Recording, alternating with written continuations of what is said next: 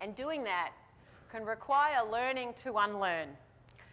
So I was recently watching a video about a guy, and they got the bicycle that he'd learned to ride as a 5-year-old, and they switched the handlebars around the opposite way. So whenever you go like this, it would go the opposite way.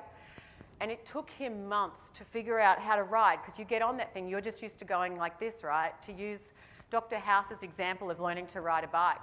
Learning to unride the bike, I'd love to put an image or video on. Had I known you were going to use that, it was a great example to show you.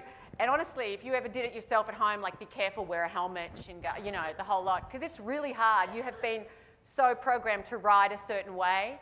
So learning to unlearn the way you've done it can be really challenging. I want you all just to cross your arms right now. I want you to look at the person next to you. Now, I'd like you to observe them, but you do it at the same time as you cross your arms the opposite way.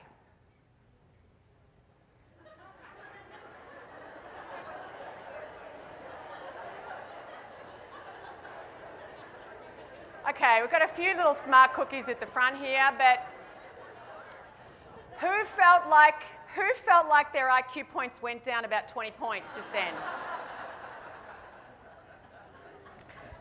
I'm the same. I can't even do it anyway right now. We are programmed to do things a certain way. You know, we have these neural pathways in the brain, and you go along it enough times, and that's how you do things. This is how I do it. This is how I've always do it. I start my day with a cup of tea. Earl Grey, Twinings, thank you. No, not English breakfast. No, not that awful iced tea stuff you drink with powder. Ugh. No, Earl Grey, hot milk, 1 sugar. Like, that's what I like to do. Now, I'm just throwing myself on my sword here, saying that's just my little ritual. That's how I like to start the day. And so if someone says, I go somewhere, I go to Nepal, and I can't have it, and it's powdered milk, I'm like, oh, breakdown. But in everything we do, in how you go about what you do, you have habitual ways of doing things. You have just the default path, right? That's what you do. It's what you know. You've done it for years this way. This is how you do it. That's why my mother just cannot deal with technology. She's like, I'd just like to pick up the phone and call you, darling. And don't start me on that. Anyway.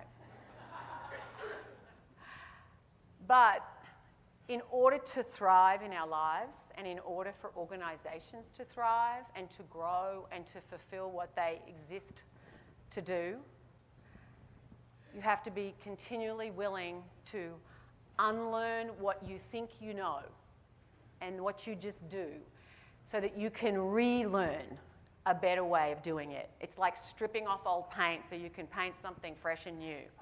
You know, when the Wright brothers were trying to get a plane up in the air, at the time the greatest minds said, the British Physics Society, it is impossible to get a heavier than air machine into the air. It's just a physical impossibility. And all of the bright, engineers couldn't figure it out, but a couple of bicycle repairmen could, because they just wouldn't buy into the belief that it's not possible. Until 1956, it was believed a human being, our bodies, could not run a mile in under 4 minutes. We're just not made. The greatest minds of the time, the greatest academics, physiologists, it's not possible. And then this British guy ran it in 3 minutes, 59.6 seconds. And within 1 second of that, within 6 weeks of that, an Australian guy, John Landy, took nearly a second off that. And then in the next 2 years, that record was taken down 11 times by 11 different people. Why was that? Because someone had shown that the belief of what was possible was actually false. And yet, in our lives, we've all got beliefs about what we can do and what we can't do on that personal level. After I finished college years ago, I spent a year backpacking around the world. I ended up in Thailand. And I was traveling through the jungle with my brother Frank, and we were staying in this little village. And I noticed these elephants weren't wandering off. And I said to our guide, how come the elephants don't wander off? And he said, well, when they're born, they put a bracelet around their ankle that tethers them to a stake or a tree in the village. And they go to wander off. They're about a ton at birth. And they go to wander off, but they can't.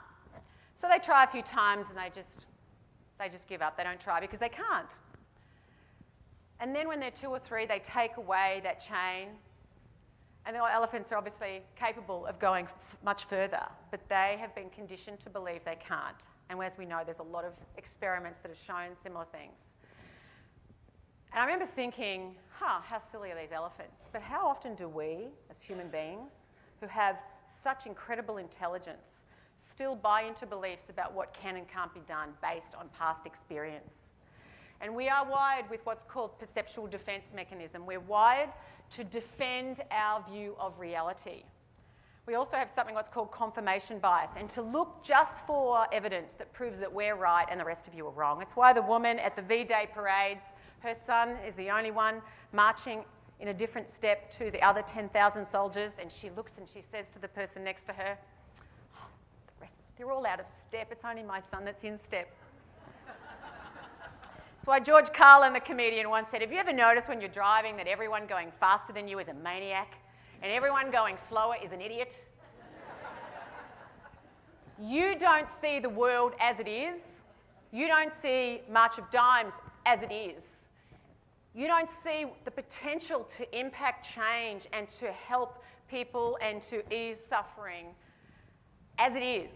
You see it as you are through your lens. And all of the things that you struggle with and you wrestle with and you get a bit gripey about and frustrated with, it's not how it is, it's how you're seeing it. And being willing to step back and to say, how else could I see this? What are the assumptions that I'm operating under that are limiting the actions that I'm taking? Where am I buying into stories about what can be done and what can't be done, about who I am? Well, I'm not that, my mother. Oh, I'm not that good with technology. I can't do it. Like, you can do it. There's a lot of people your age who do it. Oh, I'm too old. No, you're not too old. Okay, no, I don't get that frustrated with her. I'm really nice. Maybe a little bit. Because the stories, what we tell ourselves, creates the emotions we feel, and your emotions are predispositions to action. And if you think you can't, you won't even try. And when it comes to the changes that you're going to have to deal with throughout your life, but here and beyond, what's the story you're telling yourself? What is the narrative you have about it? Because that narrative will profoundly impact how well you deal with it, the stress you feel or the lack of stress, the joy you feel or the lack of joy, the actions you take or the lack of action. That we resist tends to persist. So if you find yourself feeling emotionally like, ask yourself, what's the story that's creating that? Because it's what you're telling yourself that creates it. When it comes to stress, yes, there are situations which are stressful, but we create a lot of our own stress by what we're telling ourselves all the time. And when it comes to really doing what you have the potential to do, and William James once said, most people live in a very restricted circle of potential. But what could be done if you challenged what you think is possible? If you thought, maybe there's other ways of seeing this. Maybe my way of seeing things isn't not only the right way, maybe there's actually more effective, constructive ways of viewing this situation. I encourage you to think about, what is it, where is it that you have assumptions about what can and can't be done?